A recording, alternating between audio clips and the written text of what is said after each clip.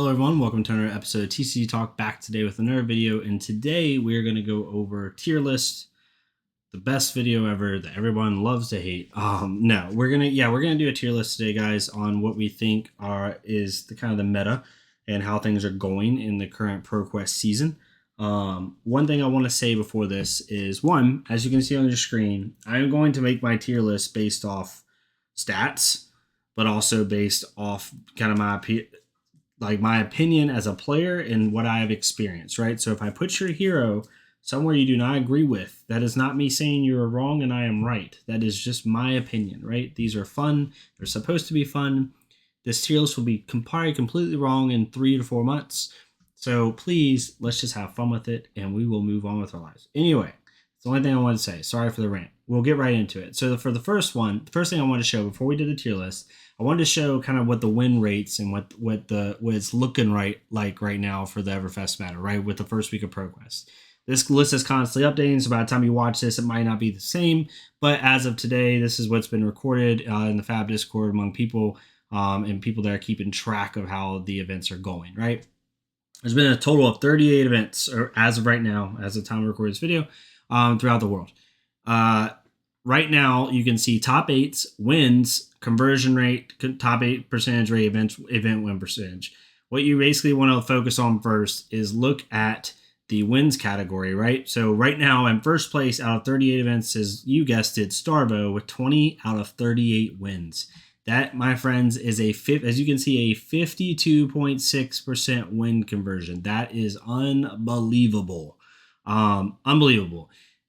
Obviously, we could have another rant for another day on what needs to change with Starvo, but we will not focus on that this video. We'll stick to what the video is for. The next highest, right? And also Starvo had 109 top 8s. 109. The next highest is Viscerai with 47. So he doubles the next highest, right? Anyway, we'll talk about what needs to change on a different day. The next highest, as far as wins is concerned, is Prism. She has 7 wins, right? So she's at a 25% conversion in her top 8s. And then Viscerai is at 5 wins. Now, Viscerai has more top 8s than Prism, so is consistently doing better at second. But Prism is second in wins, whereas Viscerai is second in total top 8s, right? So it's basically Starvo, Prism, Viscerai, and then you have Chain, who has 33 top 8s with 2 wins. And then you have a couple trickling in here. Lexi has 1 win, Oldheim 2 wins. And Bravo has a win, right? So 1, 2, 3, 4, 5, 6, 7 heroes with a win in ProQuest season so far, with pretty much every hero in the game getting top 8 with the exception of Kano. Sad. Anyway, so that's kind of how it's going. Really quick, looking at this, like without doing a tier list, right? Like, biggest surprise to me is Dash. A lot of people are really high on Dash. I don't know if it's just because Starbo's in the meta and it really hurts Dash's ability to really get her items out and like get tempo going or get kind of a snowball effect going. And then tempo Dash, like the boost Dash, just doesn't really do anything against some of the meta decks, not as much as she could. But a lot of people had her high, like, top 4 hero for the most part. And she is severely underperformed. I mean, Katsu, who most people say is not viable right now, has 3 times as many top 8s as her. Just saying. Anyway, sorry, Katsu bias coming out here. But yeah, that was the biggest surprise to me was Dash. I like Dash as a hero. I'm surprised she just hasn't done as well as she has. The biggest surprise for me in a good way, honestly, was Azalea getting 2 top 8s, right? Doing really well. And then, not a surprise, but happy to see. I'm glad Dorinthia got a couple top 8s. I think Axe's Dorinthia is really fun. And it's going to be interesting to see. But that's how the breakdown is. You can look at this, stop the video and screenshot if you want. But that is what is going on right now. So looking at that, right, kind of having the data, but I'm not just going to go off straight data. I'm also going to go off my opinion as a player, right? And we'll go through this. I kind of broke it down into 4 sections. I broke it down to the meta, right? Who are the meta heroes? Who can you take to a progress and do reasonably well with right off the bat if you do well? Who's competitive? Who is viable, and who to watch out for, right? I did this final section of who to watch out for because I don't think there's a hero that's not viable. Like, regardless that Kano didn't get a top 8, I still think he's viable, right? Azalea only having 2 top 8s, she's still viable. I think it depends on your local meta, your regional meta, where you're from, stuff like that. There's really not a hero in the game that you can't play and have some success and get some wins with, and that's great. As horrible as Starvo is right now, and is he on here? Yeah, he is. As horrible as Starvo is right now, and as annoying it is, and we can have a different video for a different day on that. There's still every hero in the game is finding success, and it's great to see. But we'll get right into it. So Azalea, I have, as we're looking at it, let me just go over to my tier list really fast in my OBS because my OBS hates me. Anyway, let's go over to the tier list. Here we are. So Azalea, I have, she's, I honestly put her in the watch out for category. Like, she is viable. Like, every hero is viable here, right? But I think she's a watch out for because I think people are going to start figuring out ways to make her even better and better, and you'll start seeing more and more success for her. So I'm not saying watch out for like she's going to win the next event like 3 months from now, but I am saying she's going to be a lot better. And I think that people are going to enjoy playing her, and she's going to read the glide path is an amazing pump for her. It allows her to opt automatically. You be able to consistently, and safely use her Azalea ability more. It's just going to be really good for her. For Bravo, Bravo's competitive. Like, he's better and viable. He's still very competitive. It's just Starvo's insane. But Starvo's kind of overshadowed the fact that Bravo's in a really good spot right now. Just a solid deck, like no other way around it. Starvo is the meta. He's the number one hero right now. Can he be countered? Yes. Are there decks out there that really make him hate his life? Yes. But this is, he's definitely the meta of what's going on right now. And until something changes, until people find hard counters, or until something changes with him as a whole in his deck, he's definitely the meta. It's just not going to change, right? Pretty simple.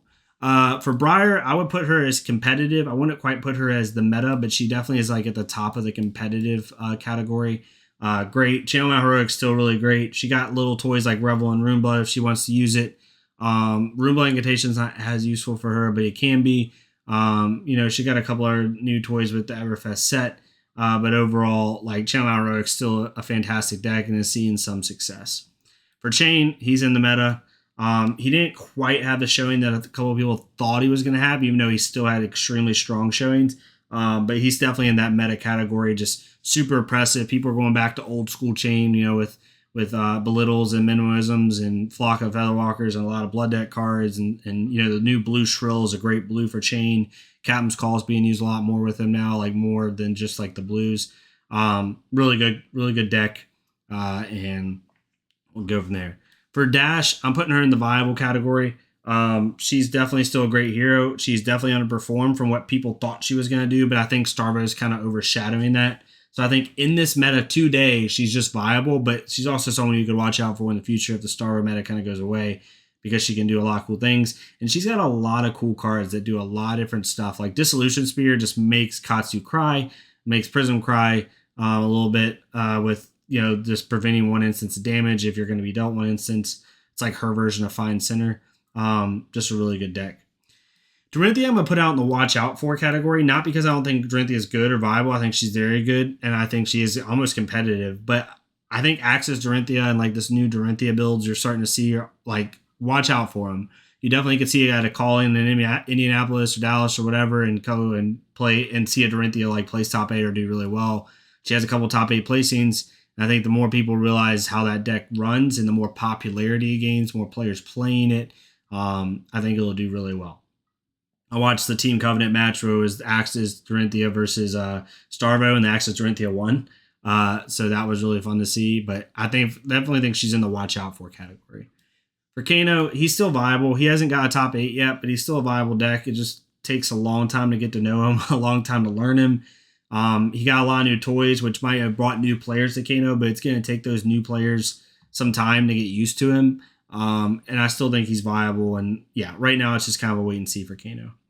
For Katsu, I'm going to put Katsu in the viable. I will say Katsu's like right in between competitive and viable. I'll say this, and not just because I'm a Katsu main, but just in general, like if Starvo was not in the meta, Katsu would be one of the top decks. And I'll say that with full confidence. He does, he can race Chain. It's hard, but he can race Chain. He can race Briar. You keep up with Briar, I guess is the best way to put it, right? He doesn't do well in the Oldheim, but he does well in the Prism. He can play toe for toe with Viscerai. Like, he does really well into a lot of the meta decks. It's Just Starvo's killing him right now. But he still saw some good success. More success, I think, than most people thought he was going to get. Even though it didn't have a win, just had a good, decent amount of top eights. But I think, as time goes on, if Starvo starts to go away a little bit more, you might see Katsu come back into the fold. Levia is in a bad spot right now. She's at like the bottom of viable. She's not unplayable. Levia just placed top 4. She's had a couple top 8s. So she's definitely in viable category, probably similar to Dash, but she just didn't get as much support as she needed for Everfest, which really hurt her ability to do as well as she would want to do. And she has a really cool mechanics, really cool feel, really cool lore to her. So I hope that they end up giving her more cards. Lexi's definitely competitive. I wouldn't call her meta, but she's gained more popularity because she does well in the Starvo, and she also is just, a good deck in general and rewards you for piloting the deck properly. I'd probably put her ahead of Bravo here. And she's like on par with Briar as far as where she's at in the meta. Just a solid deck, both lightning and ice. Oldheim, I'm going to put in competitive. I think Oldheim is meta dependent. It depends where you are in the world and what your region is. He gets absolutely destroyed by Prism, which really hurts him. I watched a couple of ProQuests where the Oldheim was literally like just not even getting damage. It was like, and not fatiguing either, like you're just losing. But if there's not a lot of Prism in the area, Oldheim can do really well, especially against these aggro decks like Chain, like Briar that are popping up. And he still has a place in the meta. He just has gotten weaker. Prism, definitely in the meta, has done really well. It takes a special pilot to use her new cards. I feel like it's a lot of feel, a lot of practice involved, but definitely still in the meta for that. And yeah, I think she's very viable, very useful. She struggles a little bit in the certain decks that are also in the meta, but overall, she's done really well. She's had good success. For Rhinar, I put him at viable. He had a couple good showings, and Rhinar can, hang with some of these new heroes very well. He does well in the Prism for the most part. He can do well against the aggro decks, so he can put out the same amount of damage. I don't know this personally. This is literally just an opinion, so if you disagree, it's totally fine. I don't think he does as well in the Starvo because Starvo can rip cards from hand off on hit effects, and Starvo's not really going to block him because he's going to intimidate Starvo anyway, so that's where I think struggles a little bit, but yeah. For Bolton's interesting. I don't particularly like Bolton. If you've watched my channel, you know this. I'll probably put him in competitive. I think Bolton's really good. I just don't think a lot of people are playing him because the areas where he is being played, he's doing really well, if that makes sense. So he's kind of a region dependent hero. I think in the US, he's viable. You don't see a lot of great Bolton players in the US, but over in Europe and like the APAC region, he's competitive, right? So that's what I would say for that one. And then Viserai meta. I mean, he's the second best hero in my opinion by far. The second most consistent hero as far as performance wise. And yeah, that's where I would put him. But yeah, overall, the whole meta is pretty viable right now. Even the two watch out fors, I'm not saying they're not viable because both of them got top 8s. I'm saying like these two decks could be even better in the future, and I think you should watch out for them come down the line, right? But this is my tier list, is where I'm looking at right now. It'll probably evolve as ProQuest season goes. But yeah, let me know what your thoughts are. If y'all disagree with me, it's totally fine. This is just a fun thing to do. It's not anything serious. This isn't like my word is gospel. So yeah, let me know what you think of the video. Please leave a like, comment, subscribe if you want to. If not me, go to another Flesh Broker, do the same thing for them so we get more people seeing this game. And I hope to see y'all next time on TCG Talk. Thank y'all so much and have a great day.